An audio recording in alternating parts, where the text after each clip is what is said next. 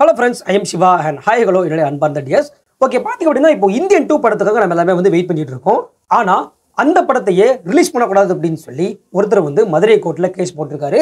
எனக்கு என்ன அப்படின்னா இந்த இந்தியன் 2 படமே பாத்தீங்க அப்படின்னா ஒரு 5-6 வருஷம் கழிச்சு இப்போ தான் வந்திருக்கு. ஸோ இந்த படத்துக்கு ஒரு பெரிய பிரச்சனை வந்து வந்திருக்கு.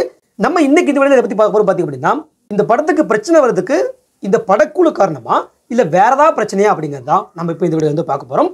இந்தியன் 2 படத்துக்கு கூட பெரிய பிரச்சனை என்ன, இந்த படத்துக்கு கேஸ் போட்டவர் யாரு, அவர் எதுக்காக கேஸ் போட்டார் அப்படிங்கிறதா நம்ம இப்போ இந்த வீடியோ வந்து டிஸ்கஸ் பண்ண போறோம். நீங்க ஒரு இந்தியன் 2 உடைய ஃபேன் பாயா இருந்தீங்க அப்படின்னா அந்த படத்துக்கு பயங்கரமா வெயிட் பண்ணிட்டு இருக்கீங்க அப்படின்னா உங்களுக்கான வீடியோ தான் இது. இந்த வீடியோ நீங்க ஸ்கிப் பண்ணாம பார்த்தே ஆகணும். ஆரம்பிக்கலாங்களா?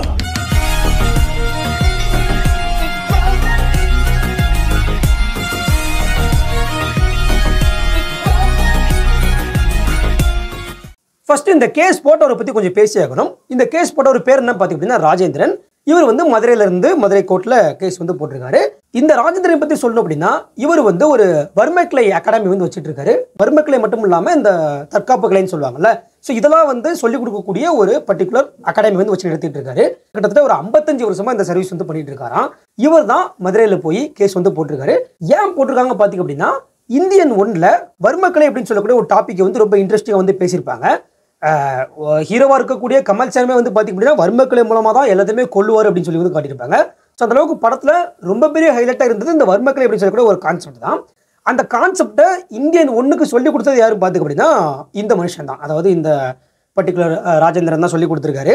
எப்படின்னா ஸ்பாட்டுக்கே போயிட்டு அங்க கமல் சாருக்கு ஸ்டன் கொரியோகிராஃப் பண்ணதா இருக்கட்டும், அதுக்கப்புறம் அந்த வர்மக்கலையோட விளைவுகள் என்ன, அது எப்படி வந்து யூஸ் பண்ணணும், அது பண்ணிட்டாங்க அப்படின்னா அதுக்கப்புறம் அதுல வந்து எப்படி வெளியே வருது அப்படின்னு சொல்லி, அதாவது இந்தியன் 1 படம் பார்த்தீங்கன்னா தெரிஞ்சிருக்கும், படத்திலே வந்து ரொம்ப டீட்டெயிலாக காட்டியிருப்பாங்க வர்மக்கலைனா என்ன அப்படின்னு சொல்லி ஒருத்தர் சொல்லுவாரு. ஸோ இந்த அளவுக்கு டீட்டெயிலாக அவர் கற்றுக்கிட்ட விஷயங்களை வந்து இந்தியன் 1ல வந்து சொல்லியிருக்காரு.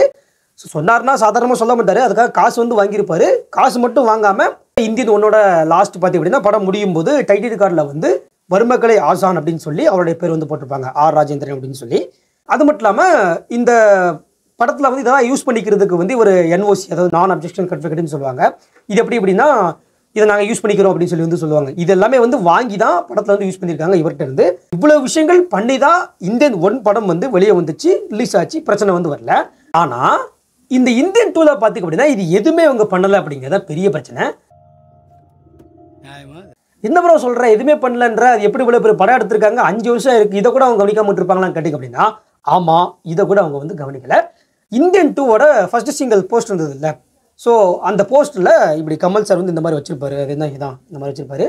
இது வந்து வர்மக்கலையோட ஒரு சிம்பிள். இந்த சிம்பிளை யூஸ் பண்ணுறதுக்கு கூட அப்ரூவ் வாங்கணுமா, ஓகேவா? ஏன்னா அது வர்மக்கலையில் இருக்க ஒரு பெரிய லெவலில் இருக்கக்கூடிய ஒரு ஆசன் வந்து அதை கேட்க தானே செய்வார். ஸோ ராஜேந்திரன் வந்து அவரோட 96 வர்மக்கலை அப்படின்னு சொல்லக்கூடிய ஒரு புக் இருக்காங்க, அந்த புக்கில் தான் வந்து அந்த மாதிரி வர்மக்கலையோட சிம்பிள் என்ன அப்படிங்கிறத போட்டிருக்காராம். அந்த புக்கில் மட்டும்தான் அந்த ஃபோட்டோவே இருக்குதாமா. ஆனால் இந்தியன் 2ஓட போஸ்டரில் வந்து இவர்கிட்ட கேட்காம இந்த ஃபோட்டோ இந்த சிம்பிளை வந்து யூஸ் பண்ணியிருக்காங்க. ஸோ இப்போ இது வந்து இது மிஸ்யூஸ் பண்ணுற மாதிரி தானே இருக்கும். இதை பற்றி இந்த ராஜேந்திரன் வந்து ஃபர்ஸ்ட் சிங்கிள் வரும்போதே கேள்வி வந்து கேட்டிருக்காரு, ஆனால் யாருமே கண்டுக்கவே இல்லையா. எவ்வளோ பெரிய விஷயம் பாருங்க. ஸோ கேட்கல, ஓகே. இப்போ இந்தியன் 1 படத்துக்கு பார்த்து அப்படின்னா NOC வாங்கியிருந்தாங்க. அண்ட் வந்து இந்த படத்துக்கு எல்லாமே பண்ணவர், இது எல்லாமே இவர் தான். இது எதுவுமே வந்து இந்தியன் 2 டீம் வந்து பண்ணவே இல்லை. கிட்டத்தட்ட பார்த்திங்க அப்படின்னா எதுவுமே இல்லாமல் மொத்தமாக இவருக்கே தெரியாம தான் இந்த சம்பவங்கள் எல்லாமே நடந்திருக்கு. இப்போ இதனால தான் என்கிட்ட கேட்காமல இந்த ஒரு விஷயத்தை வந்து பண்ணிக்கிட்டு இருக்காங்க அப்படின்னு சொல்லி இவர் வந்து கேஸ் போட்டிருக்காரு. ஸோ இப்போ இந்த வீடியோ பார்த்துட்டு இருக்க நீங்கள் சொல்லுங்க, இந்த மனுஷன் போட்டிருக்கக்கூடிய கேஸ் கரெக்டாக தப்பா இல்லை அப்படிங்கிறது. ஏன்னா அவர் கற்றுக்கிட்ட ஒரு விஷயம் அதை வந்து சினிமாவில் காட்டுறாங்க அப்படின்னும் போது ஃபர்ஸ்ட் பார்ட்டில் அவரே கற்றுக் கொடுத்தாரு, அவர் NOC கொடுத்தாரு, பிரச்சனை இல்லை, ஓகேவா? இப்போ அவர் தான் கற்றுக்கிட்ட விஷயம், தான் அதுக்கு எவ்வளோ உழைச்சிருப்பாரு, இத்தனை வருஷம் வந்து 55 வருஷமாக ரன் பண்ணிட்டு இருக்காரு, ஆனால் அவர் எவ்வளோ கஷ்டப்பட்டு உழைச்சிருப்பாரு. இவ்வளோ விஷயங்கள் பண்ணும்போது ஒரு மனுஷனுடைய ஒரு உழைப்பை வந்து அந்த அளவுக்கு ஈஸியாக அவங்க படத்தில் யூஸ் பண்ணும்போது என்ன ஆகும், அவருக்கு அது மிஸ்யூஸ் பண்ண மாதிரி தான் ஆகும். ஸோ அதனால தான் கேஸ் வந்து போட்டிருக்காரு. எனக்கு என்ன அப்படின்னா கேஸ் ஓகே, கரெக்டான ஒரு கேஸ் தான், ஆனால் இதுக்கான தீர்வு இந்த மாதிரி வரும் அப்படிங்கிறது தான் பெரிய விஷயம். இப்போ நீங்கள் இந்த வீடியோ பார்த்துருக்கு இந்த டைமில் பார்த்திங்க அப்படின்னா கமல் சாருக்கு இருக்கட்டும், சங்கர் சாருக்கு, சுபாஸ்கரன் சாருக்கு பார்த்திங்க அப்படின்னா இந்த நோட்டீஸ் வந்து போயிருக்கு கோர்ட் மூலமாக. இந்த கேஸ் வந்து எப்போ வந்து விசாரிக்க போகிறாங்க பார்த்திங்க அப்படின்னா இந்த 9ஆம் தேதி தான். அப்போ தான் தீர்வு வந்து வரப்போகுது.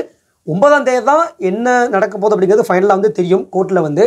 ஸோ எனக்கு என்ன அப்படின்னா தீர்வு யாருக்கு வரப்போகுது அப்படிங்கிறது தெரியல. பட் ஆனால் ஒரு விஷயம் வந்து கன்ஃபார்மாக தெரியும், படத்தை வந்து கண்டிப்பாக ரிலீஸ் பண்ணி ஆகணும். அதுக்கான முயற்சி அவங்க வந்து எடுப்பாங்க. என்ன பொறுத்தவரை என்ன அப்படின்னா இந்த மனுஷனுக்கான கிரெடிட்டை கொடுத்துட்டு இந்த மனுஷன் பேரையும் படத்தில் போட்டாங்க. இப்போ ராஜேந்திரன் சொல்லி இந்தியன் 1ல் போட்டிருக்காங்கல்ல. ஸோ அதே மாதிரி இந்தியன் 2ல் போட்டாங்க அப்படின்னா எந்த பிரச்சனையும் இல்லை, பிரச்சனை வந்து முடிஞ்சுது. அதெல்லாம் கண்டிப்பாக பண்ணவும் போகிறாங்க. ஸோ நம்ம வந்து இது பெருசாக ஒரு பண்ணிக்க தேவையில்லை அப்படிங்கிறத என்னுடைய கருத்து. ஸோ இந்த மாதிரி தமிழ் சினிமாவில் நிறைய பிரச்சனை நடந்துட்டு இருக்கு படத்துக்கு. திருநட்சத்திரம் படத்தில் பார்த்திங்கன்னா என்ன ஆச்சுன்னே தெரியல. அந்த படம் ஃபஸ்ட்டு இந்த மாதிரி இஷ்யூ வந்ததுன்னு சொல்லி 1 மந்த் தான் அப்டேட் வந்துட்டு இருந்துச்சு. பட் இப்போ இந்த படம் என்ன ஆச்சு, இந்த படம் இருக்குதா இல்லைன்னே தெரியல. நானும் அதை பற்றி கொஞ்சம் பேசவே இல்லை. ஸோ இப்படி பார்த்து தான் வரிசைக்காக நிறைய எக்ஸ்பெக்டேஷன் இருக்கக்கூடிய படங்கள், அதுவும் பல வருஷமாக கிடப்பில் போடப்பட்ட படங்களுக்கெல்லாம் பிரச்சனை வந்து வந்துட்டு இருக்கு. ஓகே, இந்த மாதிரி நடக்கிறத பற்றி நீங்கள் என்ன நினைக்கிறீங்க அப்படிங்கிறது வந்து கமெண்ட்டில் வந்து சொல்லுங்கள். அண்ட் இப்போ இந்த வீடியோ பார்த்துட்டு இருக்கக்கூடிய ஒரு இந்தியன் 2 படத்தோடைய ஃபேன் பாய், படம் கண்டிப்பாக வந்து வெளியாயிருங்க. நான் வந்து என்னோட கருத்துப்படி என்னன்னா படம் கண்டிப்பாக வெளியே வந்துடும். ஸோ உங்களோட கருத்து என்ன அப்படிங்கிறது வந்து கமெண்ட்ல வந்து சொல்லுங்கள். அண்ட் இதே மாதிரி சினிமா சம்பந்தப்பட்டமான பல விஷயங்களை பார்க்க நினைச்சு அப்படின்னா என்ன வந்து சப்ஸ்கிரைப் பண்ணுங்க, நிறைய ஃப்ரெண்ட்ஸுக்கு இந்த வீடியோவை ஷேர் பண்ணுங்க, லைக் பண்ணுங்க. மீண்டும் நாளை சூப்பராக உங்களை சந்திக்கின்றேன்.